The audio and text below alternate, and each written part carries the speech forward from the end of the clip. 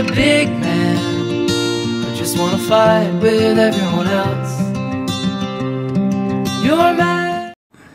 My name is Adam Flagel, and I am the Program Supervisor for the Exit Youth Shelter and Exit Community Outreach Programs with Woods Homes. When we first started thinking about another provincial youth homelessness symposium, we wanted to ensure that we shed light on not only youth homelessness, but also the themes that, in our opinion, are in need of creating and propelling awareness. As we explored themes across the province, it became apparent that there is a significant gap in services for the LGBTQ community, as well as barriers accessing mental health and healthcare. It was also discovered that these two important themes were largely ignored or unspoken. Our Provincial Youth Homelessness Symposium today focuses on these unspoken thoughts and realities.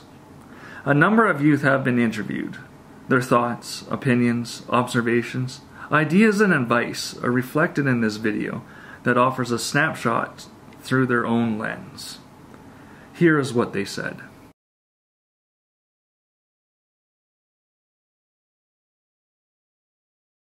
There's definitely the fear of not so much rejection, but more so fear of just not wanting to fit in. Kind of like a self-induced isolation. I find that the services in Calgary are really, really specific sometimes. Okay. And so, I mean, like, because they're so specific, I mean, like, for instance, the Gifted Sight program. Nobody knew about it. And I find that for a lot of the straight street kids, it's easier. I don't know why. I think also that it's easier because they don't feel that worry that they're not going to be accepted for one more thing. It's a lot better now than it was back in 2009. Not as many people turn you down for the way that you look. If you look like me, for instance, I don't look like a girly girl.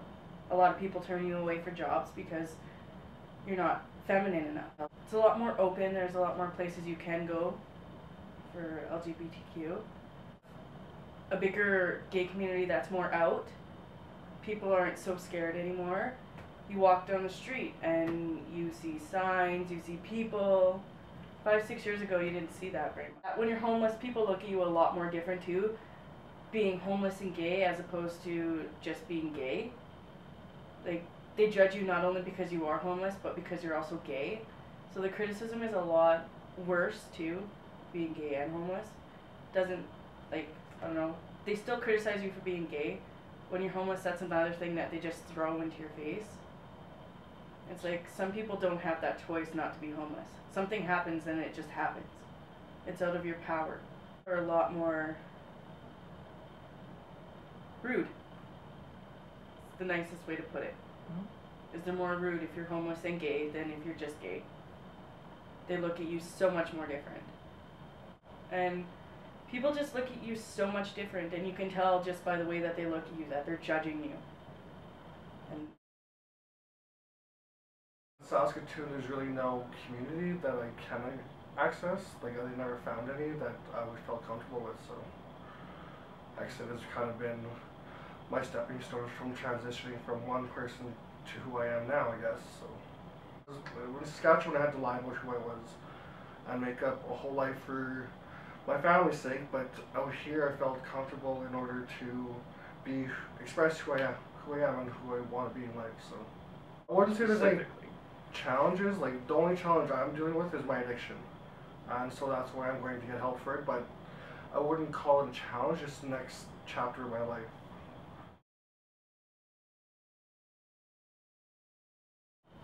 make it more aware, make it more accessible, make it easier for people to just look down the street and see a sign that says LGBTQ community. Put up a stand at the Stampede. Okay. That makes it more aware.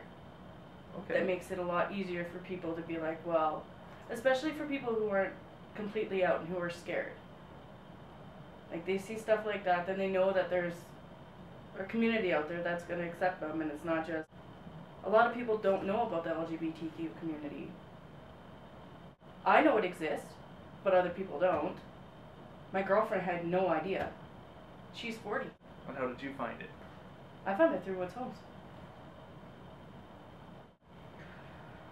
Put up posters, put up flyers. When you see big main events going on, whether it be even the Calgary Parade for Stampede, get a group of people together, volunteers that are part of the LGBT community, do up some flyers, hand them out as you're going down the street. Yeah, you're going to get some criticism because people are just like, oh, that's not cool. It doesn't matter to them. It could help save somebody's life. It could. There's people out there that have no one to turn to and turn to suicide because they have nobody to talk to. And they're not aware of the LGBTQ community.